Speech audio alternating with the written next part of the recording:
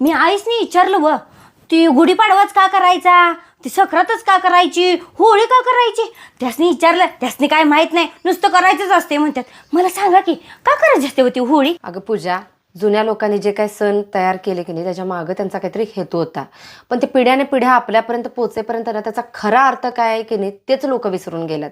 जसं की आपल्या तर सासूबाईंना माहीतच नाही की का करायचं असते, पण करतात.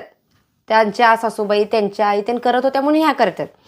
आणि होळीचं म्हणशील ना तर ज्यावेळेला होळी येते ना त्यावेळेला पानगळ संपत आलेली असते. मग तो जो कचरा आहे की नाही सगळे लोक एकत्र गोळा करायचे. गाव एकच छोटं छोटं असायचं ना, तर ते सगळे एकत्र करून तिथं जाळायचे. आणि ज्या वेळेला जाळायचे आमचे दुःख, आमच्या सगळ्या गोष्टी, आमचे पाप जे काय असतील तर त्या होळीमध्ये जळून खाक होऊ देत. आणि जसं त्या झाडाला पालवी फुटतं तसं आमच्या आयुष्याला पण फुटू दे, नवीन गोष्टी आमच्या आयुष्यात येऊ देत म्हणून तिथं लोक प्रार्थना करायची.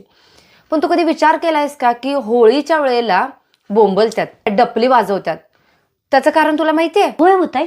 हे बघ, आधी ना सती प्रथा होती. म्हणजे काय की नवरा जर मेला तर त्या बाईचं टक्कल केलं जायचं त्याच्या बायकोचं, आणि तिला जिवंत म्हणजे ती जी चिता जळताना त्यात तिला ढकलली जायची. म्हणजे त्यावेळेला तिला गुंगीचं ते झाडपाल्याचं औषध वगैरे दिलं जायचं आणि त्यात ती जायची, मरायची. म्हणजेच काय, सती जाणं. मला सांग, किती जरी नवऱ्यावर जीव असला तर कुठल्या बायकोला असं वाटणार आहे ग की आपण जाऊन त्या चितेमध्ये जिवंत बसूया? पण त्यावेळेला मग ती बाई खुशी खुशी तर जाणार नाही, ती बोंबलायची, ओरडायची, दंगा करायची. मग त्यावेळेला ती जी माणसं असायची त्या चितेच्या कडेनं उभारलेली असायची, ती काट्या घेऊन उभं राहायची आणि ती बाई बोंबलायची, ओरडायची. मग त्या आवाजानं गावातल्या बायका घाबरू नयेत, लहान मुलं घाबरू नयेत. मग तिचा आवाज दबवण्यासाठी काय केलं जायचं तर डपली वाजवली जायची कडेनं. आणि बाकीची जी माणसं आहेत ना आजूबाजूची, ती बोंबलायची मोठमोठ्यानं. मग बोंबलणं आणि त्या डपलीच्या आवाजात त्या बाईचा आवाज दबला जायचा.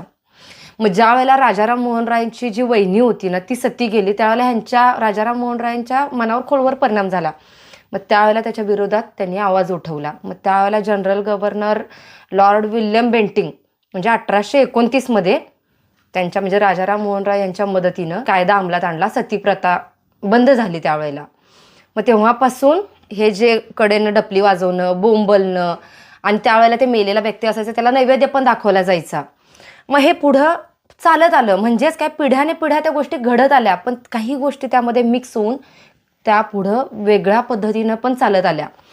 मग जे होळी करतात ना त्याचं कारण वेगळं होतं, त्याच्यामध्ये ॲडिशनल गोष्टी वेगळ्या झाल्या आणि त्या पिढ्याने पिढ्या पुढं ज्या पास होत गेल्या त्या काही गोष्टी त्यात ॲड होऊन चुकीच्या पद्धतीनं पास होत गेल्या.